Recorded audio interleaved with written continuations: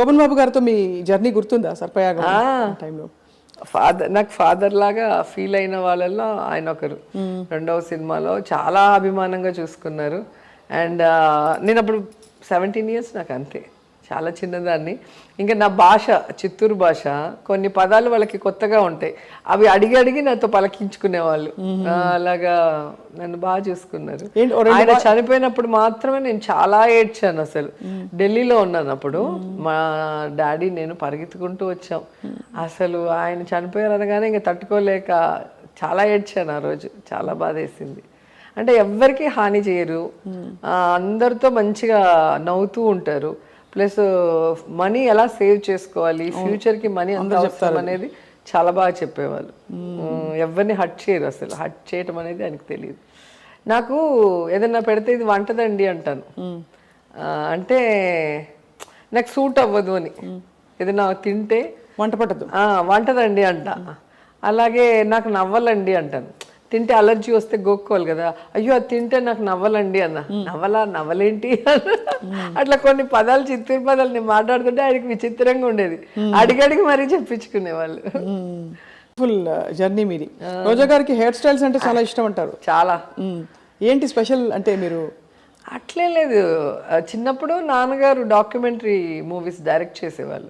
So ఆయన shooting లేనప్పుడు ఇంటికి వచ్చినప్పుడు నాకు హెయిర్ స్టైల్స్ చేసి మేకప్ వేసి, నేను చిన్నదాన్ని స్కూల్కి వెళ్ళేది, నాకు మంచి మంచి dresses, painting dresses, and painting కూడా చాలా బాగా చేసేవాళ్ళు. సౌండ్ ఇంజనీర్గా ఉన్నారు సారథి స్టూడియోలో, వైఎన్ రెడ్డి. సో అవన్నీ వేసి తీసేవాళ్ళు. అట్లా నాకు ఇంట్రెస్ట్ వచ్చింది వాటి మీద. సో నేను హీరోయిన్గా ఉన్నప్పుడు నేను వేసిన హెయిర్ స్టైల్స్ ఎవరు వేసుంటారు అనుకుంటా. నేను మా బ్యాగ్లో అయితే ఓన్లీ వెరైటీ విగ్స్ ఉండేది. అప్పుడంతా విగ్సే కదా, అవును, ఫ్రంట్ మ్యాచ్ చేసి వెనక విగ్స్ వచ్చేది. ఇప్పుడైతే ఓన్లీ టాంగు, స్ట్రైటనర్, 2 మిషన్లు ఎత్తుకొని వచ్చేస్తున్నారు హెయిర్ డ్రెస్సర్లు. అప్పుడు అట్లా విగ్స్ ఎక్కువ. సో చాలా హెయిర్ స్టైల్స్ని డెకరేషన్స్తో కూడా చేసుకునేదాన్ని. సాంగ్స్ అంటే చాలా ఇంట్రెస్ట్గా ముందే డిజైన్ చేసుకునేదాన్ని. అది చిన్నప్పుడు వచ్చిన ఇంట్రెస్ట్.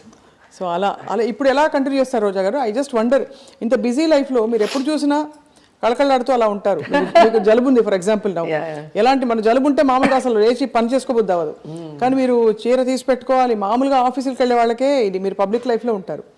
మీరు ఎలా ప్లాన్ చాలా మంది అడుగుతారు, మీరు ఎలా కొంటారు, మీకు టైం ఎక్కడ ఉంటుంది, మీరు అవన్నీ ఎలా, రేపు ఏమి, ఎలా ఎల్లుండి అంటే. యాక్చువల్గా నాకు మదర్ లేరు, చనిపోయారు. అమ్మ ఉన్నప్పుడు అమ్మ చూసుకునేది. అమ్మ ఎప్పుడు చనిపోయారు రోజా గారు? అమ్మ పాప పుట్టాక 2003 అనుకుంటా, 3లో చనిపోయారు.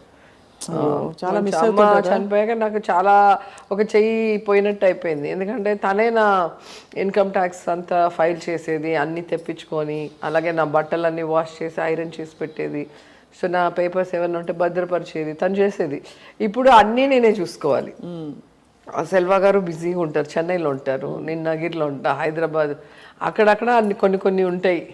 సో ఏది ఎక్కడ ఉంటుందో తెలియదు, ఒక కన్ఫ్యూజన్. అందుకని ఏం చేస్తాను, ఎప్పటికప్పుడు నా ఫ్రెండ్ సహాయం, భార్గవి గారు ఉన్నారు, డిజైనర్. సో తను నాకు చాలా సపోర్ట్ చేస్తుంది. తను చాలా ఇష్టం నేనంటే, ఎందుకో మరి తెలీదు.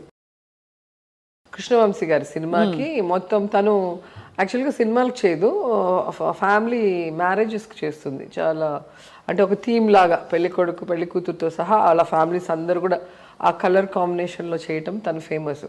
అలాగా కృష్ణవంశీ సినిమాల్లో మ్యారేజ్ సీక్వెన్సెస్ ఎక్కువ ఉంటాయి కదా, సో తనకి చేయాలన్న ఇంట్రెస్ట్తో ఆ మూవీలో చేసింది. తాప్సీకి మాకు అందరికీ కూడా అప్పుడు పరిచయం అయింది. కర్నూలు అమ్మాయి, హైదరాబాద్లో ఉంటుంది.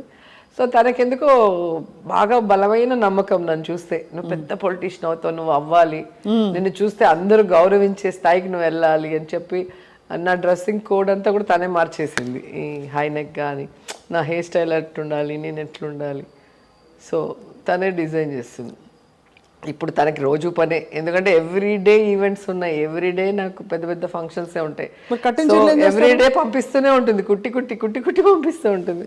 కటింగ్ చీరలు ఏం చేస్తారు? ఉంటాయి అట్లాగే, కొన్ని మాయమవుతుంటాయి, కొన్ని ఉంటాయి. అటు ఇటు పోయేటప్పుడు కొన్ని మాయమైపోతుంటాయి. మేడంకి తెలియదు కదా ఏ చీర ఏంటని. ఎప్పుడో ఫోటో చూసినప్పుడు ఈ చీర ఏమైందిరా ఆ రోజు కట్టినట్టు, ఏమో మేడం మీరు అక్కడ కదా కట్టారు, ఇక్కడ కదా కట్టారు అని యాక్ట్ చేస్తారు. ఇంకా వాళ్ళతో గొడవ పెట్టుకోవాలంటే దానికి కూడా టైం ఉండేది. అదే అంతే కదా. అలాగే సో కాటన్ శారీస్ ఎక్కువగా కాన్స్టెన్స్లో కడతాను. బయటకు వస్తే కొంచెము అంటే మీటింగ్స్ కానీ ఇంకో చోటకి పోయినప్పుడు అవును, కొంచెం మంచివి కాస్ట్లీగా అఫిషియల్ వేసుకుంటా. కాన్సెన్స్లో ఉంటే మ్యాక్సిమం ఇక్కత్తు కాటన్ అవే వేసుకుంటా, అన్ని కాటన్. ఎందుకంటే ఎండ ఎక్కువ ఉంటుంది మాకు, తిరుపతి నగిరి అంతా కూడా చాలా ఎండ, స్వెట్టింగ్. అవును, నాకు కాటన్ వేసుకుంటే కంఫర్ట్గా ఉంటుంది. అందుకని అదే. ఎన్ని చీరలు ఉంటాయి రోజా గారు, లెక్క పెట్టారు ఎప్పుడైనా? ఒక 500 ఉంటాయి ఏమో తెలీదు, కొంటూనే ఉంటా. అదే మరి, ఎవ్రీడే కొంటుంటా, అదొక పిచ్చి. ఇంకా వేరే ఏముంటుంది, మంచి శారీ ఒకటే కట్టుకోగలవు ఇప్పుడు మినిస్టర్గా. సో అందుకని మంచి మంచి శారీస్. అది కాకుండా నా శారీస్కి చాలామంది ఫ్యాన్స్ ఉంటారు. అందరూ అంటారు మీ చీరలు మేము ఫాలో అవుతున్నాం. మరి ఇంతమంది ఉన్నప్పుడు వాళ్ళని హట్ చేయకూడదు కదా, అందుకే కొత్తగా రెడీ చేసి. అందులో మీరు తెర మీద స్టార్, మళ్ళీ తెర బయట కూడా ఇప్పుడు స్టార్ కాబట్టి వాళ్ళందరూ చెప్పాక సో వాళ్ళ కోసం అన్నా మెయింటైన్ చేయాలని మళ్ళీ కొంటూ ఉంటా అట్లా. చాలా ట్రోలింగ్ అవుతూ ఉంటారు, అందరూ అవుతారు, నాయకులందరూ. మీరు ఎలా పట్టించుకోరా, చూడరా అసలు? నేను ఫస్ట్ నాకు ఎవరైనా పెడితే మీరు నా మీద ప్రేమతో పెట్టారా లేకపోతే ఏదైనా సునకానందంతో పెట్టారా, అంటే నేను హట్ అయితే మీరు ఎంజాయ్ చేద్దామని పెట్టారని అర్థం. అయ్యో అట్లా కాదు మేడం, మీకు తెలియాలి కదా. ఇప్పుడు తెలిసి నేను ఏం చేయగలను, తెలిసి ఇరిటేట్ అవుతాను లేదా హట్ అవుతాను. దీనివల్ల ఏం ఉపయోగం, నాకు నష్టమే తప్ప పాజిటివ్ ఉండదు. దయచేసి నా మంచి కోరుకుంటే నాకు పెట్టద్దండి అని చెప్తా, ఎవరిని పెట్టద్దండి అంట. నేనే ఎప్పుడో తెలియకుండా ఈ మన జబర్దస్త్ కానీ ఢీ కానీ ఇట్లా ఏదైనా పాటలు వింటూ యూట్యూబ్లో చూసినప్పుడు ఏదైనా 1-2 వస్తుంది, టక్కని తీసేస్తాను, చూడను.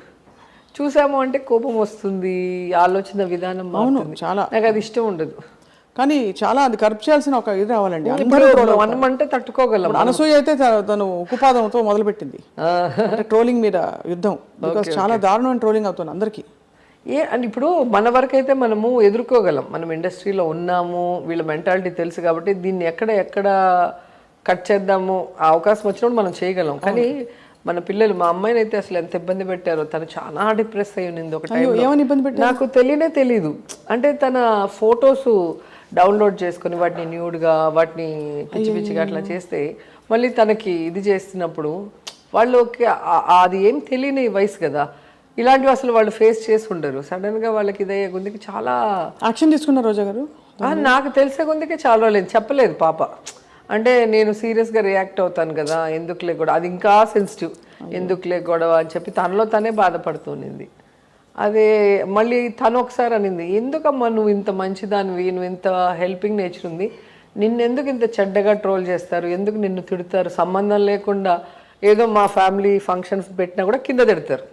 పొలిటికల్గా మనం మాట్లాడినప్పుడు తిడితే వేరే, అవును, ఎక్కడో సంబంధం లేని ఒక ఫ్యామిలీ ఫంక్షన్, ఒక బర్త్డే వీడియో కిందో, లేదా ఒక మంచి ఫోటో మా పిల్లలతో ఉన్న ఫోటో కిందో సంబంధం లేకుండా వాళ్ళు మాట్లాడేది చూసి చాలా హర్ట్ అయింది. ఎందుకమ్మా మనకు అవసరమా ఇట్లాంటివన్నీ అని చెప్పేసి నేను మళ్ళీ చెప్పాను, పాలిటిక్సే కాదు నాన్న, ఏ ఫీల్డ్ అయినా ఇలాగే ఉంది, వాక్ స్వాతంత్రం అంటూ వాడి ఇష్టానికి చేస్తున్నాడు. అవును, చాలా ఇది కరెక్ట్ కాదు. యాక్చువల్గా కోర్ట్స్ కానీ గవర్నమెంట్స్ దీని మీద యాక్షన్ తీసుకోవాలి, లేకపోతే చాలా మంది పిల్లలు ఇబ్బంది పడతారు. మీ పార్టీ